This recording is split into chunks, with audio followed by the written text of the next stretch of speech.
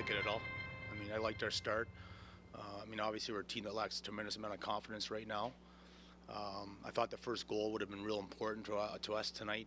I liked our start. I thought, the lines were going. We tried to play the game in 5-minute increments, and they got that first goal, and then they got the second one. A little bit of fight there in the third early, but once they got that third one, then the rails fell off for sure. If you look at the league stats, there's a big disparity between goals you scored near the top of the league and the bottom allowed. Is there something you can do now to shake things up defensively in the back? Well, I mean, we've got, pretty much an ECHL defense right now, in my opinion, and they're doing the best they can, but it's just not good enough. Lewington's out. Bowie's out till April, and people talk about Madison Bowie, but last I checked, I think we won 1 game since he went out. As I said to our coaching staff today, we were winning a lot of games when a guy like Dominic Menardo was here played on the 4th line, played the 13th forward role, but we had our D intact, and Vanacek was making some saves for us. VTech save percentages went from 930 to 898 over a 3-week period.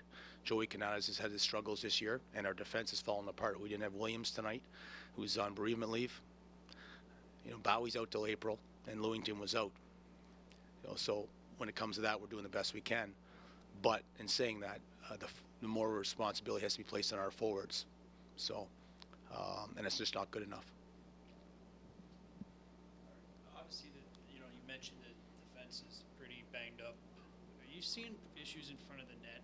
A lot of net front coverages seem to really be falling apart there on those second and third chances. Yeah, and like a lot of teams, much like Washington, we're a box-out type of team, and we're just winning those battles, right? The Lehigh, Wilkes-Barre, a lot of teams, but specifically those two, I guess maybe because we play them every second game, but they like to go in that 3-high formation, send 2 bodies to the net, and, we have trouble handling that. Conversely, down at the other end, we're trying to do some of the same type of stuff, but you've got Sanheim, and I'm just using tonight's example, and you got a big body like Morin, and it's a little bit more difficult maybe at times to get to the net compared to some of our Juicer, the Nesters of the world. We're a smallish defense for the most part as well. So, but yeah, I agree 100%. It's an issue, and it's not something that we don't know and don't work on and don't practice. I mean, we work on box outs at least once a week when we have the ability to practice, and but it's just one of those things. You can't make guys bigger, and they're competing, but there is some breakdowns in those areas. Absolutely. You said you can't coach size, but is there anything you can do as systems-wise to kind of funnel some of that pressure out from the slot there? Well, we play a zone defense, collapse D zone, like most people. I think that in this, obviously, this has been a rough 10-game stretch for us, the big worst 10 games of my 3-year tenure here, and D zone coverage has become, which was one of our strengths, is certainly one of our weaknesses now. And you just look at our goals against. We went, New Year's Eve, we were 4th in the league in goals against, and now we went into today's game 24th, and that's probably gone down again. So that's a 3-week drop. That's unbelievable, to be quite frankly. So, but there's more than that just going on when it comes to keeping the puck out of our net. Do you worry about a goalie like VTech? He didn't play today, but going through this kind of experience where there's not much help in front of him, and what that can do to his development? Yeah, absolutely. And we've talked about that actually today. And but he, we met with him today, and for a young kid, he's taken it in stride. And there's obviously been some games where we haven't given up many chances, but some of the chances we have given up are, I would say like Binghamton. We had them at 7 chances, and they scored on 4 of them. But there was 4 pretty good ones there. So. But he's a battler, and we'll just have to see where that takes us to. But there's really not much help on the horizon. It's after them to make the saves, and Scott Murray does a tremendous job, and he's going to continue working with them, and that's really all we can do at this point with the goaltending situation. Lastly, Joe's been he's a veteran in this league to some extent.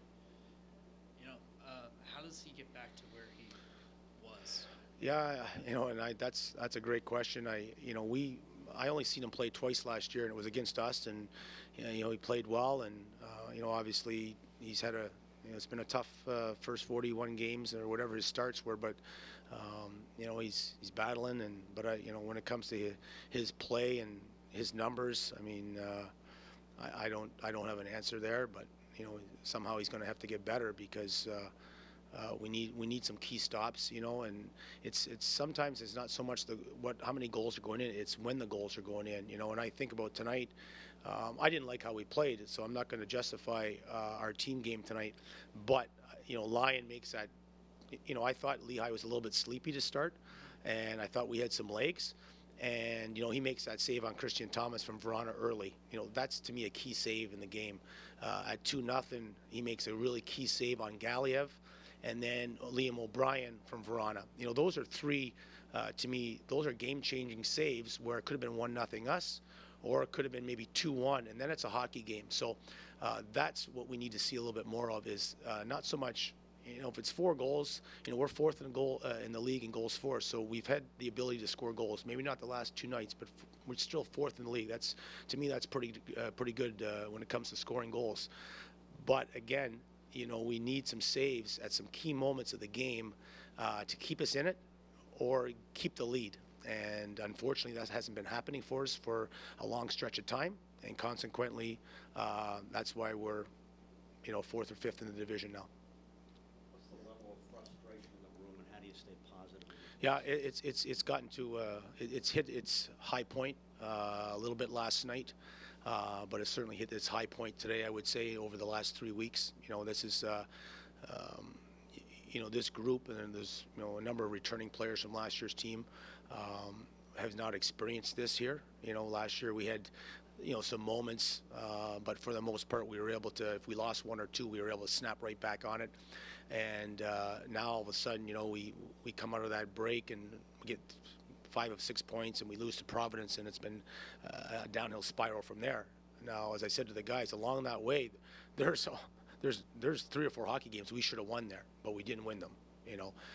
Last year we would have won those games, whether it was Ellis making a key save or a key goal, those types of things where you lose 1 or 2 and then you get that 3rd one and you're back on track. And I felt that maybe after last Saturday when we beat the Lehigh 6-4, but the next night we just couldn't get the extra goals. And we didn't give up a ton, but we lost 4-2, and then all of a sudden you didn't win your week, and now you're back at it again. We're going to practice tomorrow. It was normally a day off, but we've got lots of work to do here before the All-Star break. So we're going to bring them in, and we're going to work on every aspect of the game that we can think of as long as we can keep them here, and then we'll drive to Hartford and see if we can turn this around on Wednesday. Good, thank you.